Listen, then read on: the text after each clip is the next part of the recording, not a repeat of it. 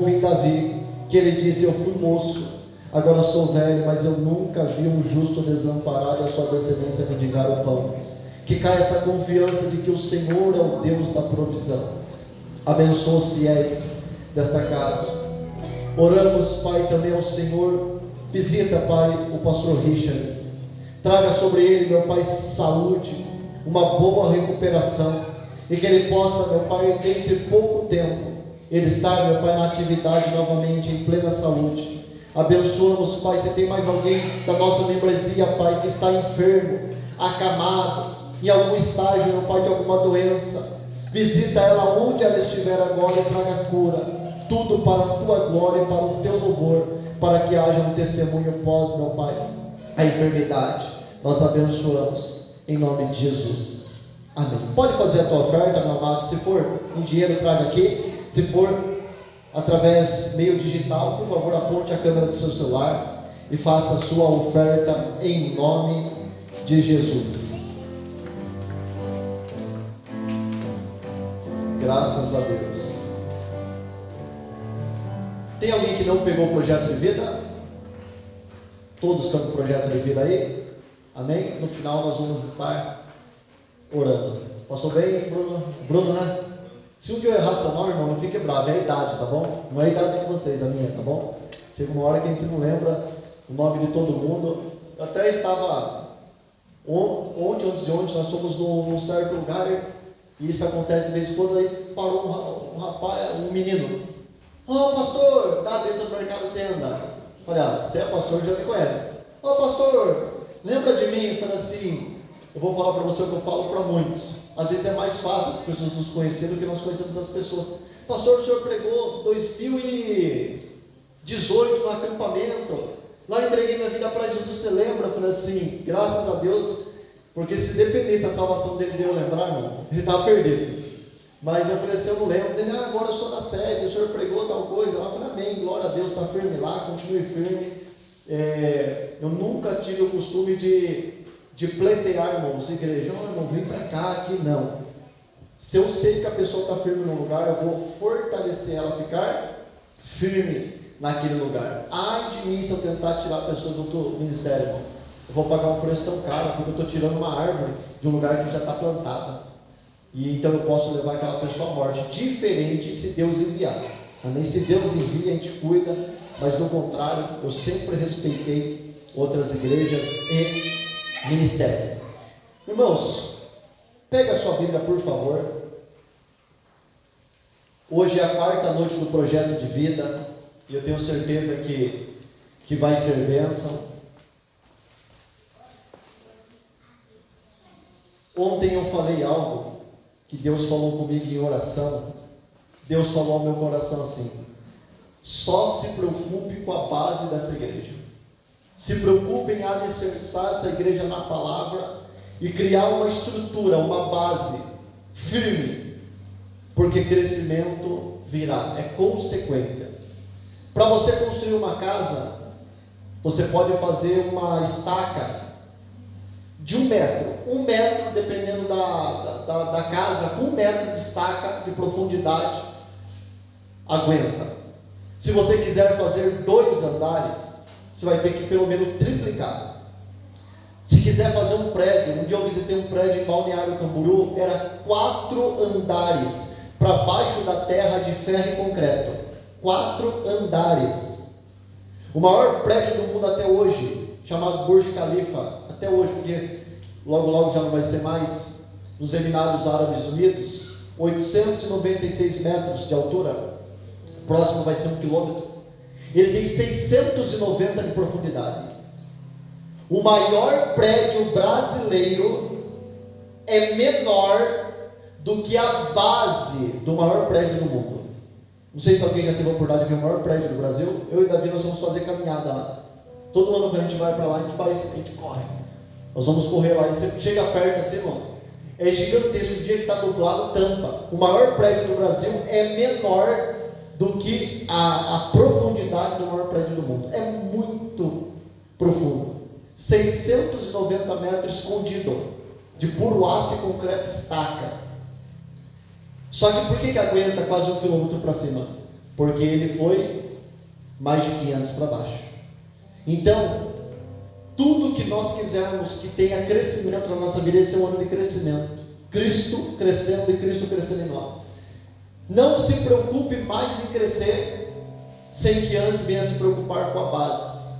Então essa é uma palavra que carimbou meu coração quando Deus falou: trabalha na base, que vai vir o crescimento. Então, hoje eu orei e falei: Deus, me dá uma direção. Pastor, teu servo não vai estar aí. E Deus falou ao meu coração, uma mensagem que eu gosto muito de falar, uma mensagem de ensino sobre oração. O tema é: ilusão é projeto sem oração. Diga assim comigo: ilusão é projeto sem oração. Mais uma vez: ilusão é projeto sem oração. Agora, só para quem ficou bravo comigo: ilusão. Vocês estão bravos? Ilusão é projeto sem oração. No final nós vamos orar antes de terminar o culto. Pastor, por que ilusão é projeto sem oração? Porque hoje nós vemos uma geração, irmãos, que as pessoas elas estão iludidas. Até as pessoas que servem a Deus, iludidas. Com coisas rápidas, milagres rápidos, ficar rico rápido. E isso não funciona no reino. O Deus, Ele não prepara a bênção para nós.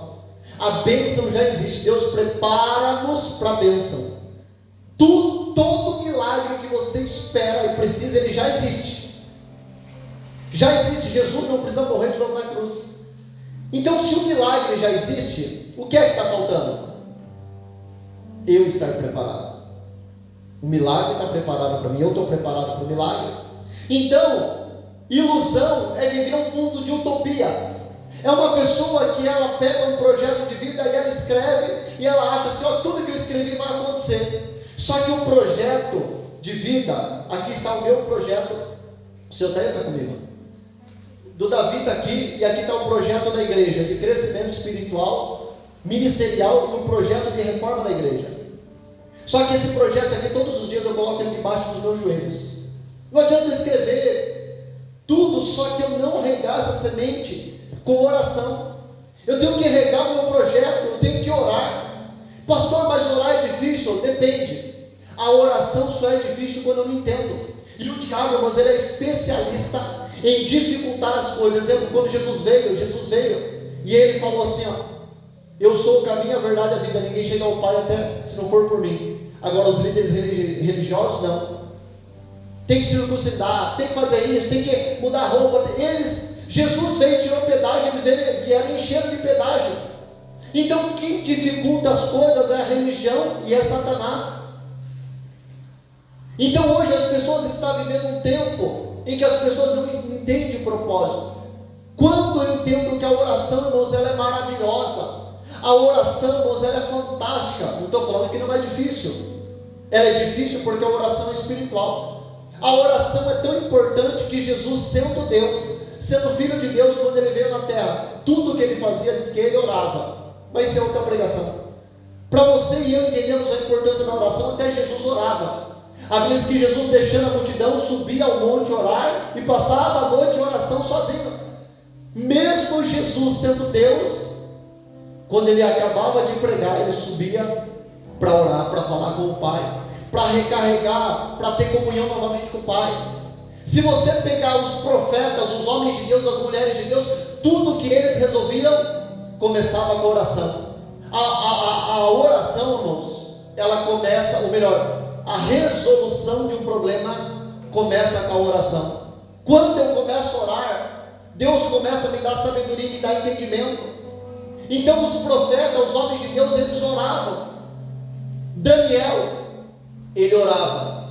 E um dia eu preguei uma mensagem sobre isso, e isso também entrou no meu coração. A Bíblia diz que Daniel orava todos os dias. Ele era um governador, um político. Ele não tinha tempo para mais nada, governava na Babilônia. Ele era o segundo depois do rei.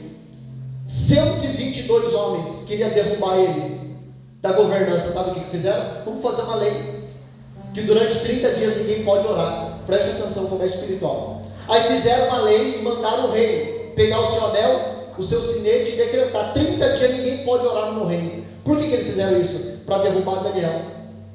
Aí diz a Bíblia que eles passaram edito por toda a Babilônia. Ninguém pode orar durante 30 dias.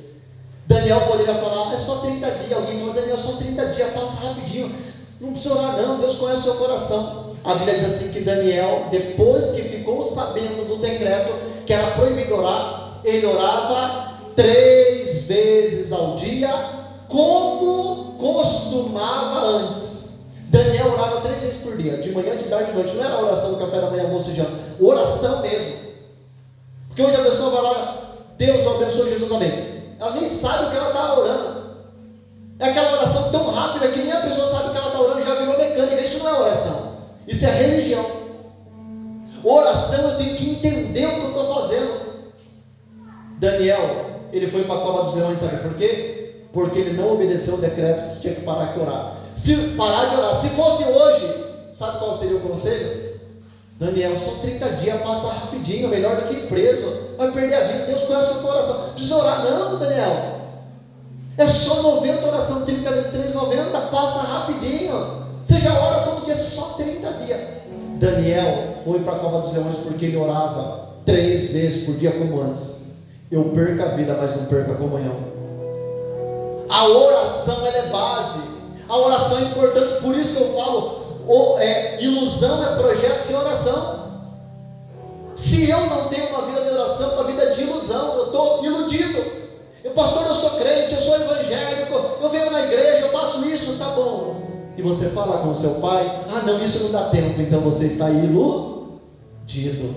A religião está te iludindo. Nós já nos acostumamos com a nossa vida. E essa não é a vontade. Deus não tirou do mundo você para te sepultar na igreja. Ele te tirou do mundo para ter comunhão com você. Ele ama tanto você que Ele quer te ver no céu. Amém. Deus ama a comunhão. E o que é oração? Para você ver, irmão, como é simples. O que é oração? Oração é falar com Deus em nome de Jesus.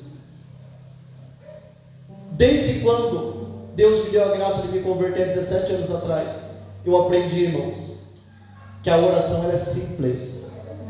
Tem pessoa, eu não tenho nada contra, mas tem pessoa que quando ela vai orar, eu não tenho nada contra, amém? Ela acha, na hora que eu for orar, eu tenho que aumentar minha voz, eu tenho que deixar a voz mais rouca, eu tenho que falar bonito. Eu não estou nem preocupado. No dia que você for orar aqui, não se preocupe em mudar a sua voz. Não se preocupe, agora tem que palavra eu posso usar. Não, só fale a verdade. Por que as pessoas não conseguem orar? Porque elas complicam. Elas complicam, eu tenho que falar isso, eu tenho que falar aquilo, eu tenho que mudar a minha voz. Não, seja você, fale a verdade. Que oração é falar com Deus em nome de Jesus. Pastor, é importante orar para comer? Sim. Em tudo dai graças e comei. Ora antes de tomar café, antes de almoçar, tomar café da tarde, antes de jantar. Ora, faça uma oração de agradecimento rápida, depois come.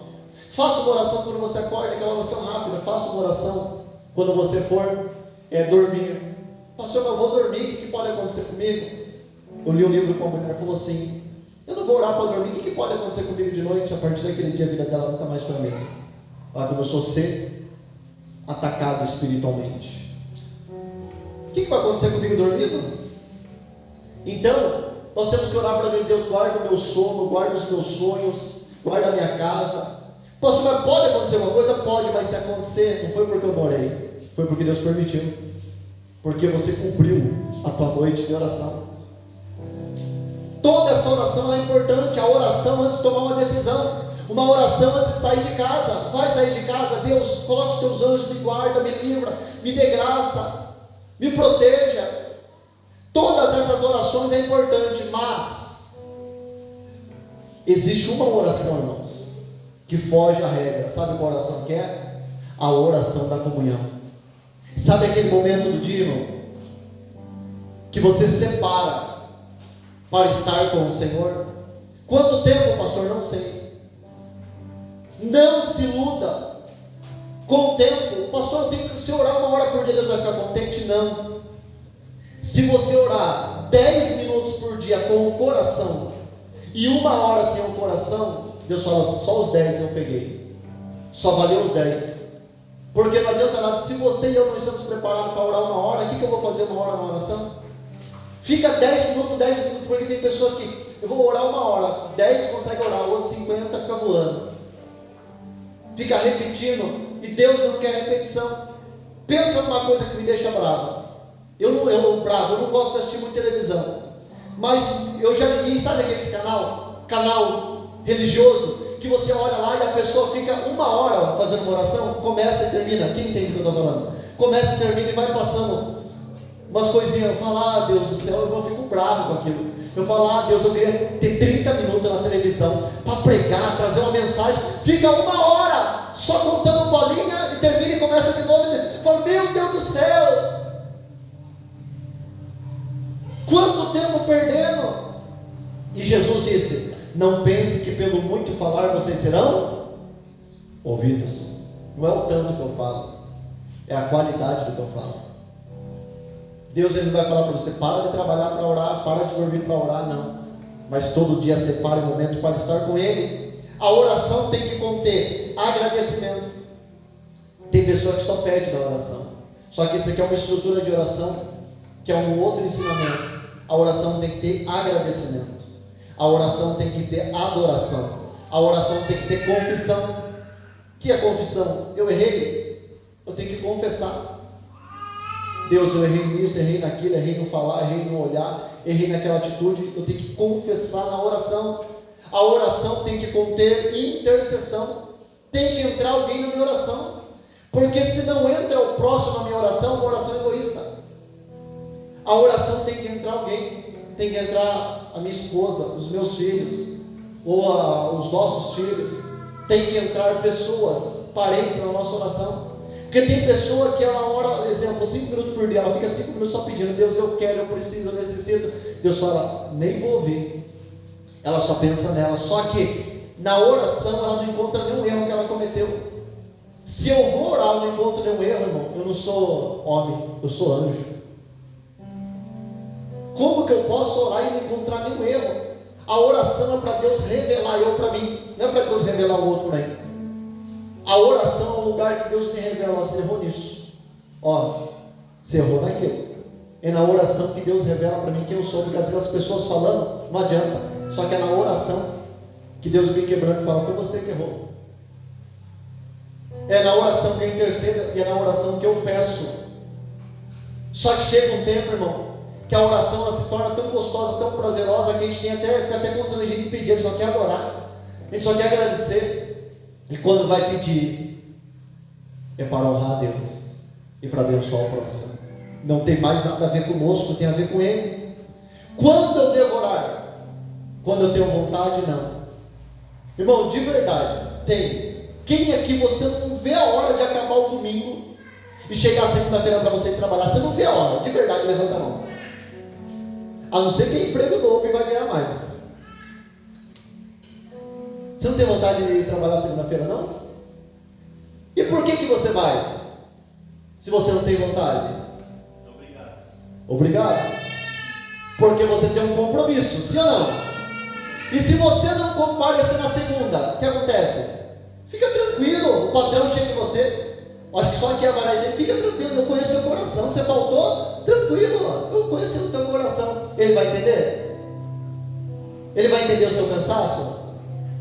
Never. Nunca. Desconta.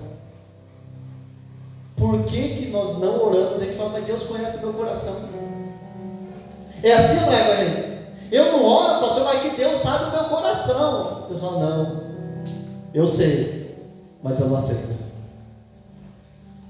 Se o homem não aceita eu não comparecer.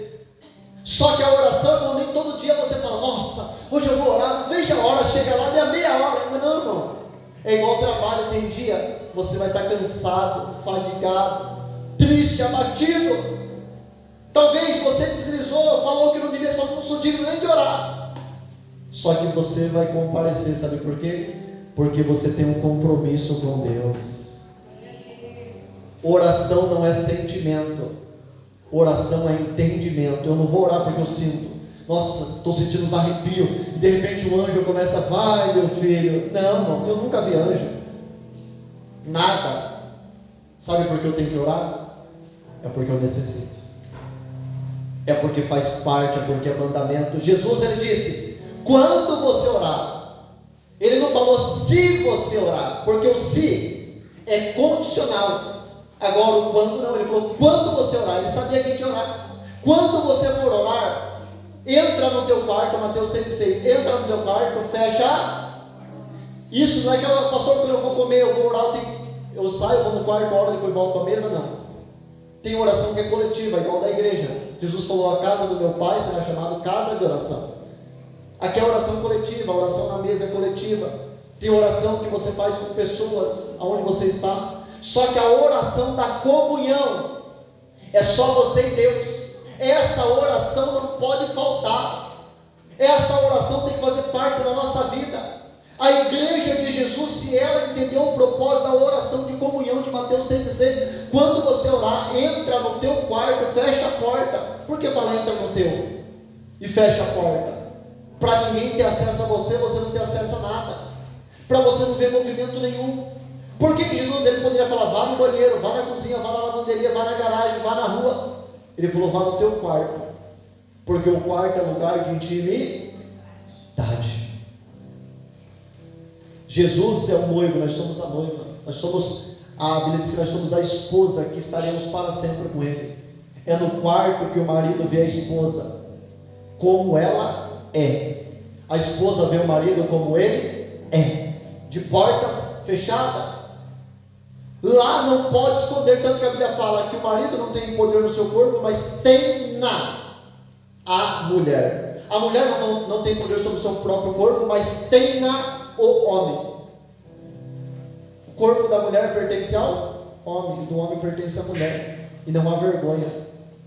Adão e Eva, eles viviam despidos e não tinham vergonha, mas quando entrou o pecado, veio o afastamento, veio a vergonha. Deus falou, faz tempo que vocês estão nus. Só que eles tinham comunhão, quando perde a comunhão, entra a vergonha. Então Deus, quando Ele fala para ir no secreto, para ir no quarto, o que Ele está falando? Eu quero te conhecer quem você é.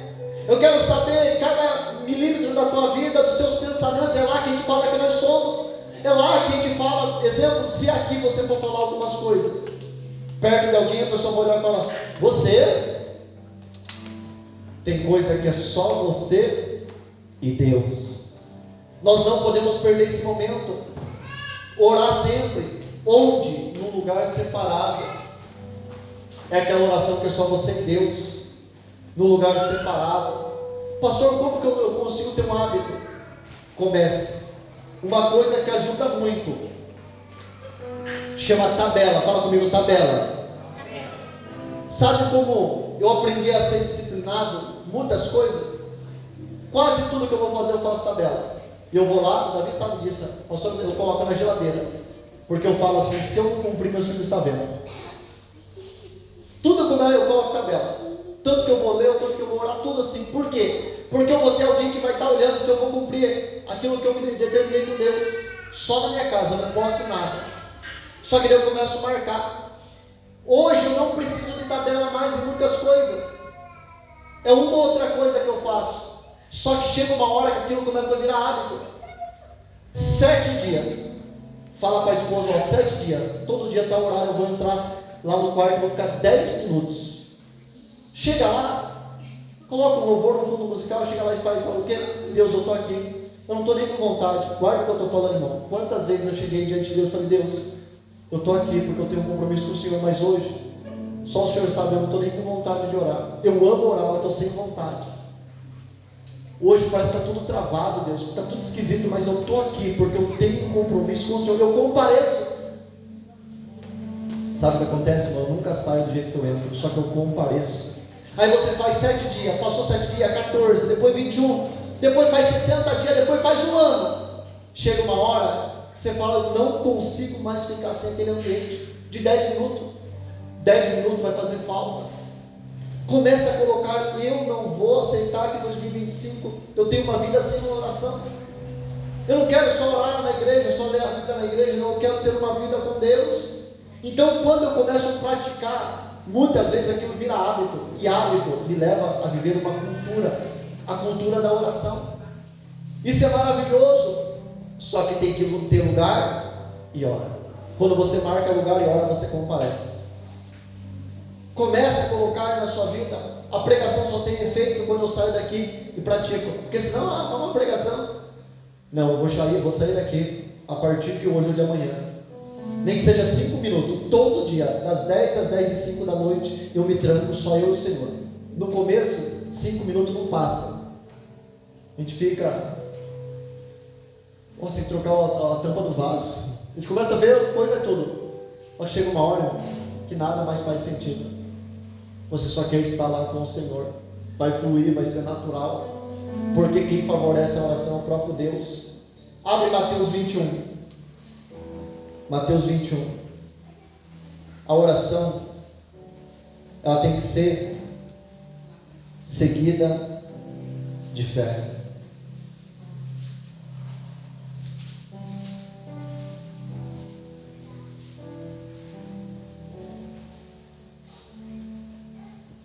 A oração ela fica melhor, irmãos, quando nós entendemos isso daqui.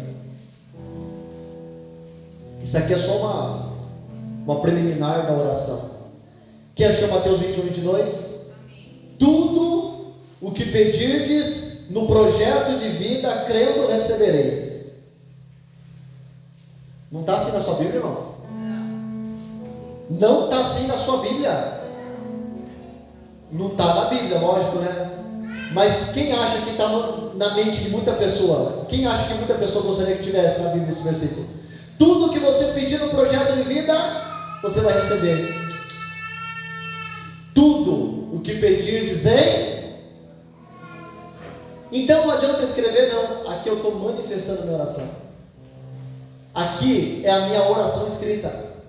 Aqui eu estou mostrando para Deus que eu creio no que eu estou orando. Tudo que eu pedi em oração, crendo. Fala comigo, crendo. Não adianta orar e não acreditar. Irmão, se você está aqui essa noite, você está no projeto de vida, você está vindo para a igreja, creia. Creia que você vai receber. Tenha fé. Pastor, eu estou orando. Creia. Ora, sem fé é impossível agradar a... Porque é necessário que aquele que se aproxima de Deus creia que Ele exista, vírgula, e é galardoador daqueles que o buscam. Deus, Ele dá galardão, Ele dá bênção para quem busca Ele. Tudo que você... Ah, pastor, então, peraí. Tudo que eu pedi, eu quero 5 casas, 6 carros, 4 quadriplex, 1 milhão na minha conta. Eu vou começar a orar hoje. Porque tudo que eu pedir, crendo, eu vou receber. Está escrito sim ou não? Então Jesus tem que cumprir. Se tudo isso que eu falei for para glorificar a Deus, pode pedir. Agora, se não for, Ele não dá.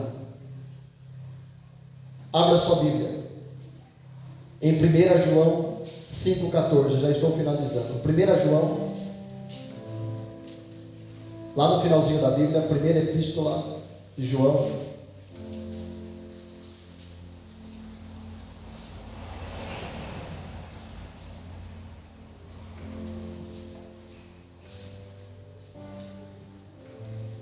Esta é a confiança que temos.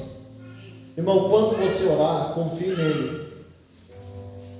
Não adianta nós orarmos e confiar no governo, confiar na economia, confiar no dólar, confiar... Não, a nossa confiança tem que estar no... Porque se você confiar, tudo aqui na terra oscila. Se oscila, quando estiver lá embaixo, a tua fé e confiança vai lá embaixo. Então você não pode confiar em coisas, porque coisas oscilam. A sua confiança tem que ser nele. Ele não oscila. Essa é a confiança que temos nele, que se pedirmos alguma coisa segundo a sua vontade, Ele nos ouve. Qual que é a regra, pastor, de eu ter um projeto de vida que Deus vai ouvir na oração? É se passar pela vontade de Deus. Quem aqui é pai? Levanta a mão. Qual pai aqui, seu filho já pediu alguma coisa que você disse não? E que se você desse, na hora que ele pediu, talvez você não teria teu filho hoje? Levanta a mão. Algum pai aqui já falou, o filho pediu alguma coisa e falou assim: ai pai, todo mundo tem, deixa eu fazer. Fala, não. Era a vontade dele, concorda? Era sua? Por que não era sua? Não é porque você é ruim. Nós achamos que é ruindade, mas não é ruindade. É porque nós, pais, hoje eu entendo minha mãe, porque hoje eu sou pai. Só que lá atrás eu não entendia, embora eu sempre respeitei minha mãe e meu pai. Só que eu não entendia. Dá a impressão que é ruim. Só que às vezes a gente quer pedir coisas que não estão alinhadas com a vontade. E qual que é a vontade de Deus? Boa, perfeita e agradável. Qualquer coisa que eu peço para Deus, que Ele tem um risco de me perder, Ele não me dá. Pastor, e se eu insistir, Ele me dá? Sim. Só que a Bíblia fala que é para a nossa perdição. Lembra o filho? Pai, me dá herança. Pai, me dá esse filho, você não está preparado. O pai está vivo. Me dá herança. Depois de muito tempo, o pai falou, toma. Aí ele falou, se fosse num culto de oportunidade, eu quero contar meu testemunho. Eu pedi para o meu pai me abençoar com a herança, ele me abençoou. A igreja, glória a Deus, aleluia, Deus é Deus. Olha o menino, de tanto ele pedir, o pai deu herança. Só que foi bênção ou não? Foi catastrófico. Cuidado com os pedidos. Por isso que antes de pedir algo, eu tenho que pedir sabedoria. Nós temos que pedir sabedoria para saber se aquela decisão é a decisão certa, se aquele pedido é o pedido certo. Tudo que pedimos, pode voltar lá. Tudo que pedimos, segundo a sua vontade, 14, Ele nos ouve. E se sabemos, o 15, e se sabemos que Ele nos ouve em tudo que pedimos, sabemos que alcançamos as petições que lhe fizemos. Quando eu aprendo a conhecer, a nossa oração tem que ser: Deus, me ensina a conhecer a sua vontade, porque quando eu conheço a vontade de Deus, eu vou pedir qualquer coisa que seja para Ele ser honrado. O último texto, João 15,16, ou o penúltimo, João 15,16. É um texto muito conhecido.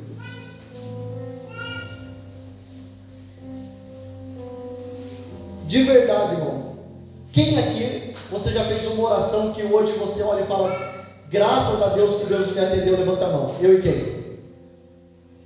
Hoje eu olho para trás, de verdade, eu falo: Deus, muito obrigado porque o Senhor não me deu aquilo de lá. Hoje eu agradeço por coisas que Deus não me deu. Ele foi paciente. João 15,16.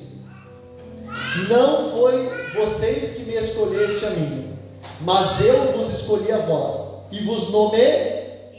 A palavra nomeação é certificado. Deus te deu uma nomeação, uma ordem, uma missão. E vos nomeeis para que vades e deis. Jesus, Ele me chamou para eu dar fruto. O que é fruto? Fruto é alimento. Eu alimentar as pessoas, ajudar as pessoas. Deus me chamou para que eu possa dar fruto. E que o vosso fruto, o fruto tem que permanecer. Tem que permanecer. Difícil não é dar fruto, difícil é permanecer. Difícil é perseverar num lugar só, a fim de que tudo quanto em meu nome pedirdes ao Pai, Ele vos concederá. Seria bem melhor, irmãos, se o versículo começasse ao contrário. Tudo que você pedir para o Pai em meu nome, Ele vai te dar. Depois que Ele te der, aí pode dar fruto. Não, Ele fala: eu te chamo, você começa a produzir para mim. Depois que você começa a produzir para mim, pode orar que eu te dou. Só que hoje em dia nós vemos ao contrário. Deus me dá, e eu entro onde? Não dá tempo.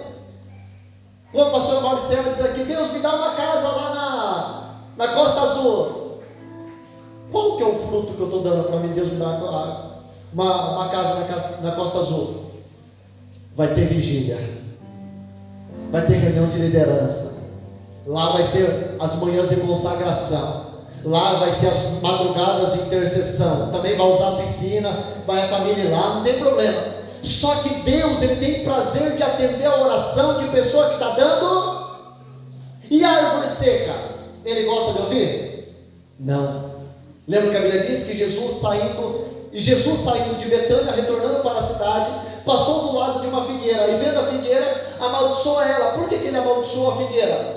Porque ele estava com fome e ela não dava fruto. Aí ele chegou perto, diz que ele viu folha. Como que pode uma árvore dessa? Exige para dar fruto, mas está produzindo folha. A Bíblia diz que Jesus olhou e falou assim: seca a figueira. De repente os discípulos: uau, Jesus, como que o Senhor faz isso?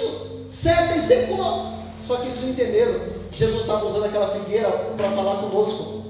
Todo aquele que não dá fruto, seca, corta.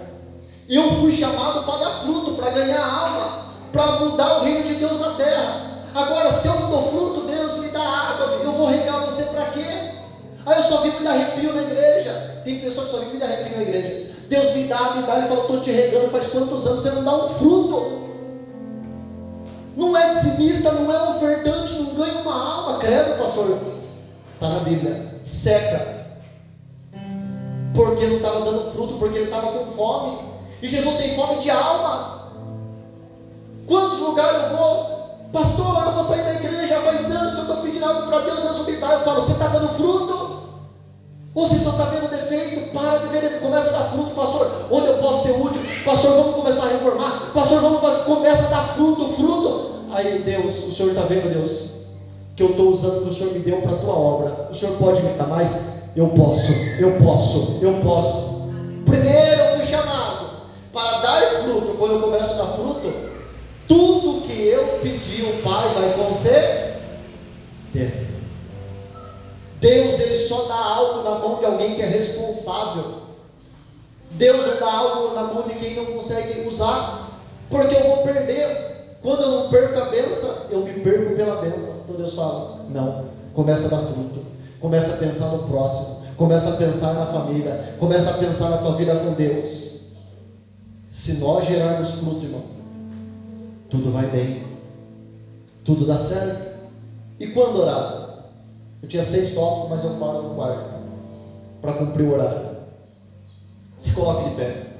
Coloca, por favor, Isa, 1 Samuel 3, 30, versículo 8. Quem aqui, irmão, já ficou desesperado? Levanta a mão. Todo mundo. Eu não fiquei desesperado uma vez na minha vida, irmão. Uma não.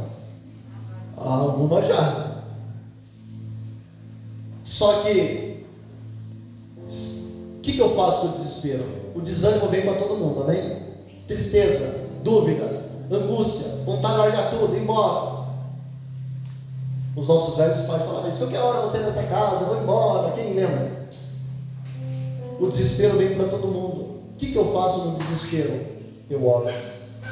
1 Samuel 30, versículo 8. Pega o seu projeto, por favor.